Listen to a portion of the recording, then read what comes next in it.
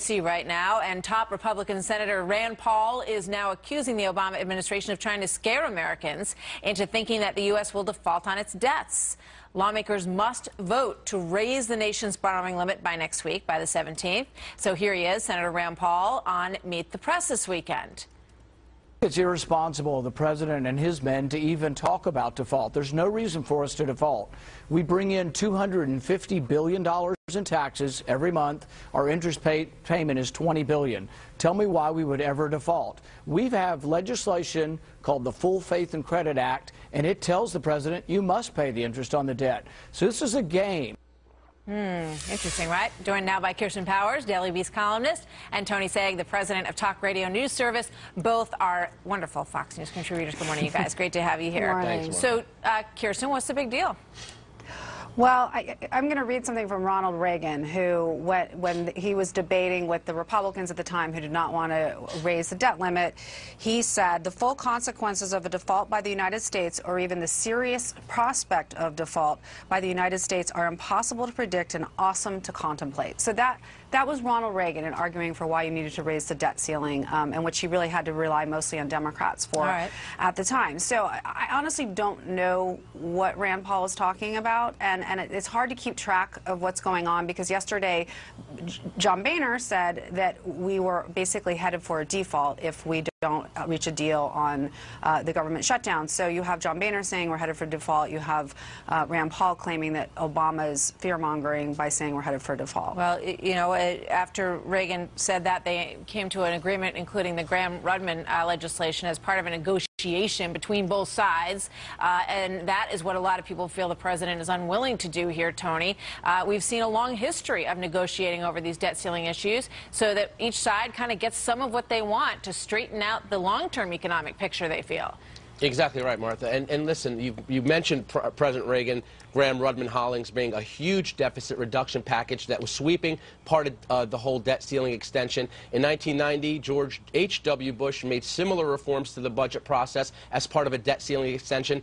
Democrats obstructed President George W. Bush's debt ceiling request in the early 2000s because they wanted to prevent him from being able to pass what were then known and now known as the Bush tax cuts. So this is always part of the process, because you're dealing with what America spends, how much money America spends, and what they spend it on. So this is a very natural time to have both parties negotiate, and that's why the president's position to not negotiate is indefensible. But to go to what Senator Paul was saying, there is one thing we know is true, and there's one thing both sides agree on.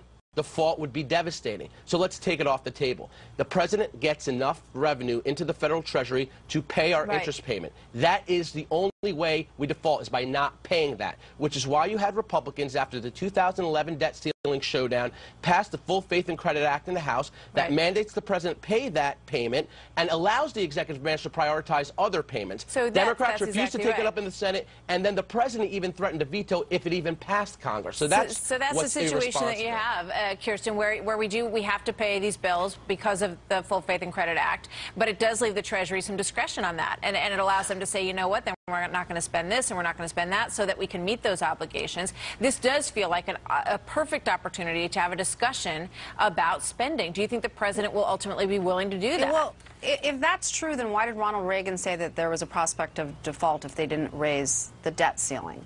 You know, it's not, or was Ronald Reagan lying? That's not what we're saying. But what we're saying is that because Ronald Reagan negotiated, Kirsten. That's what we're talking about. It doesn't matter. He was saying if you don't raise the debt ceiling, there is a prospect of default. That is a fact. So I don't understand what you think is where all the money.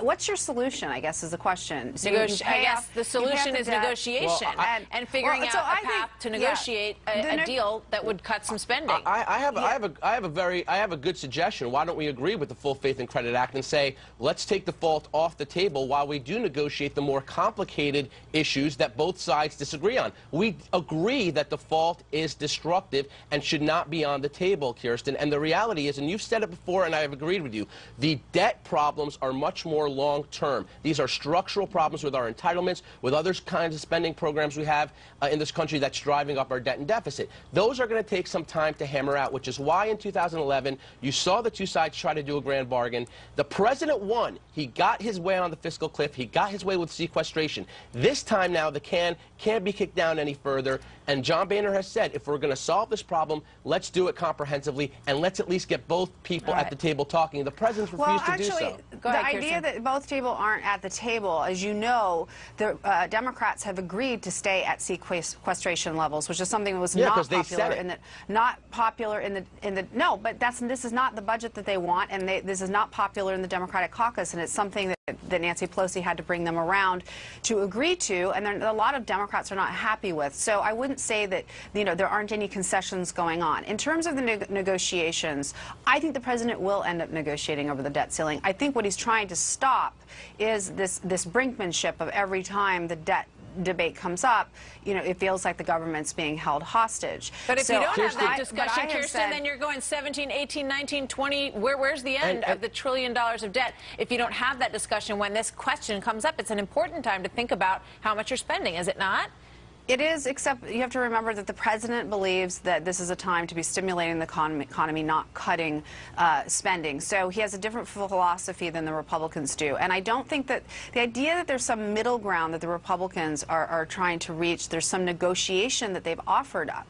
I haven't seen it. What's the negotiation? Even over the government shutdown, the big negotiation is we're going to defund Obamacare. No, that's not true. That's not a negotiation. Tax reform is on the table. There's a lot of but that was the original. That is how it started. Now now that they've gotten themselves into this mess, they're coming up with other ideas. Well, now it's a conversation of delaying and at least getting rid of the subsidies for Congress. But Kirsten, one quick question. How much is the president asking us to extend the debt limit by? He's not even giving us the number. He wants a blank check, and the American people don't want him to have one. We're going to have to leave it there. Bloomberg polls at 61% are against the blank check for the president. Tony and Kirsten, we will see you next Monday. We'll see where we are then when we come